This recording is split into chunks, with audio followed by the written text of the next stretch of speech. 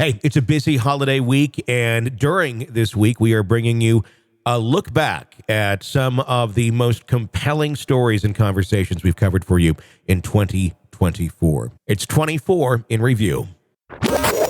This is the Hidden Killers podcast with Tony Brueski, featuring retired FBI Special Agent Jennifer Coffindaffer. Trial is well underway in James Crumbley's case. James Crumbley, the father of Ethan Crumbley, the Oxford High School shooter who took the lives of four of his classmates. His wife, Jen Crumbley, already convicted on this in the 4 counts of involuntary manslaughter. Are we going to see the same thing here with James? That's the question. Jennifer Coffindaffer, retired FBI special agent, joining us. I'm going to just throw that one out to you right there. Is this going to be just a repeat of the same thing we saw with Jen? I think it is. I think we're going to have the same result.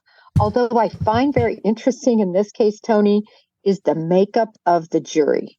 Okay. First of all, the jury is 100% Caucasian. Mm-hmm. Second of all, it's mostly women. Mm-hmm. And there are a lot of individuals on that jury that apparently have a lot of dealings with mental health issues within their families. So they're familiar. And there are also a lot of gun owners and even people against gun ownership. Mm-hmm. So I find this jury makeup is interesting because where they're coming from.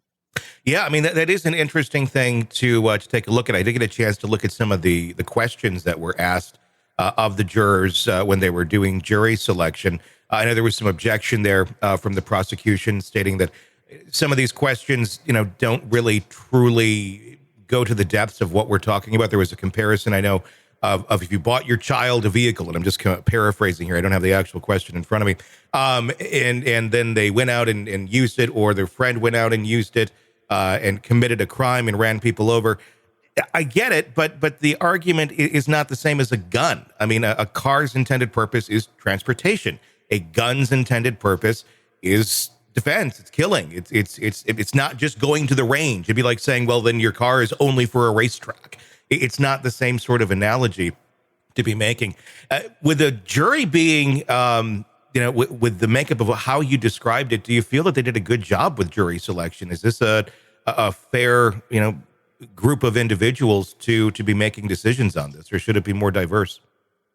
Well, I think it's counterbalanced in terms of their philosophies. I'm surprised it's not more diverse. Mm-hmm. I do think the fact that it's made up, largely by women as opposed to men certainly will likely help the prosecution, mm-hmm. I think. But, at the end of the day, Tony, it's the set of facts that I think are going to be the reason why we're going to see the same outcome. Yeah. It's really something. I was reviewing before our conversation these messages of this child that just over and over again was reaching out for help. Yeah. One of the messages, and I'm paraphrasing, but he's talking to his buddy, who, by the way, his buddy was very quickly removed and had to move, which was, I think, one of the reasons, the impetuses for this action by Crumbley for mental health issues. Mm-hmm. He was removed and put into, for mental health issues. So I'm just saying that these friends, I think, probably related on some levels of what they were suffering and going through. But in one of these messages, he says, I tried to talk to my dad about this, and, he gave me some pills and told me to suck it up. Yeah. And my mom laughed. That just looks, they're going to read these. And those women on that jury are just going to cringe because they're mothers. Yeah. It's chilling. I mean, it's chilling to say that to your child who is literally begging you for help. And in the big picture here, we got a bunch of dead kids at the end of this. That's the result of these choices that were made and this guidance that was given to a human being, Ethan Crumbley, the son of James Crumbley. So this is a dad giving this advice to his son who is literally begging for help. And there's a lot of ways I could look at and say, not everybody is extremely well-versed in mental health.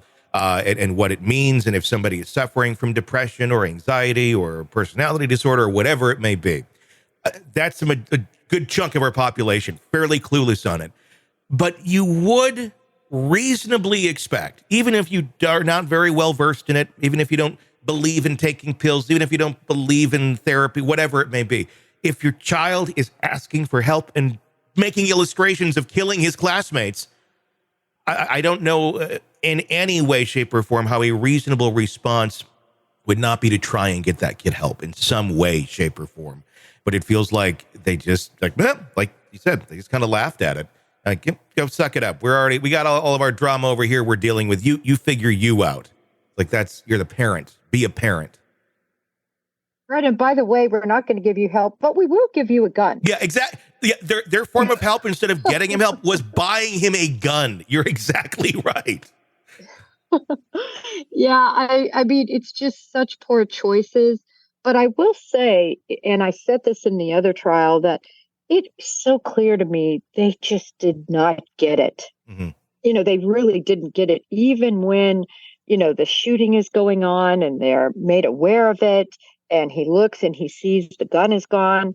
He thinks Ethan is going to kill himself. Mm-hmm. It doesn't really, register to him that he's going to kill others. Yeah. And I think that really points out, I said that from the beginning, I think these parents just were out of touch with their child. Yes. That they just didn't understand the degree that he was suffering, that he was having serious issues. Mm-hmm. And I don't think the jury is going to forgive that because, like you said, at the end of the day, we have dead children because of these choices. Yeah, it's not just, a crime was committed or something minor happened. Dead kids. And there's consequences to the actions. There's consequences to not getting it, too. I think that's kind of the angle they may be going on as well. He was sad, he was depressed, he lost his job, he's just trying to make ends meet, doing DoorDash. And in a lot of ways, he was. But that still doesn't dismiss you from the job of being a father, of being a parent that's at least somewhat in tune to what's going on with your child and helping them where they need it. Even if you don't get it. If you don't get it, there should be consequences to those actions, whether you got it or not. I agree. And when you look at, again, I'm going back to some of these text messages that I think are going to be really damning, where Ethan says, "Oh, my dad left the gun out, and I guess I'll do whatever with it," or words to that effect.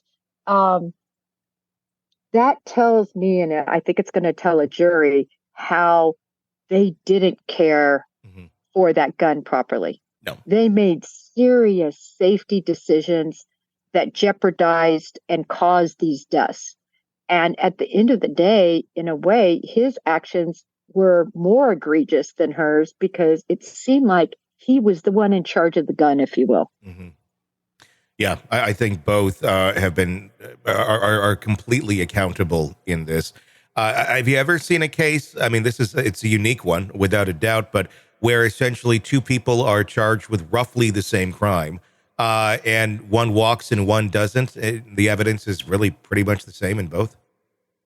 No, I do not understand why this is going to trial, other than the fact that likely the state was just not going to waver and give him any plea deal. That's the only way this could have happened, because any attorney and any defendant looking at this, especially after they severed and were tried separately, should look at the results of one and realize that's going to be the result here. Yeah, I can't see it any other way. Want to listen ad-free? Want advanced access to all of our interviews before anyone else?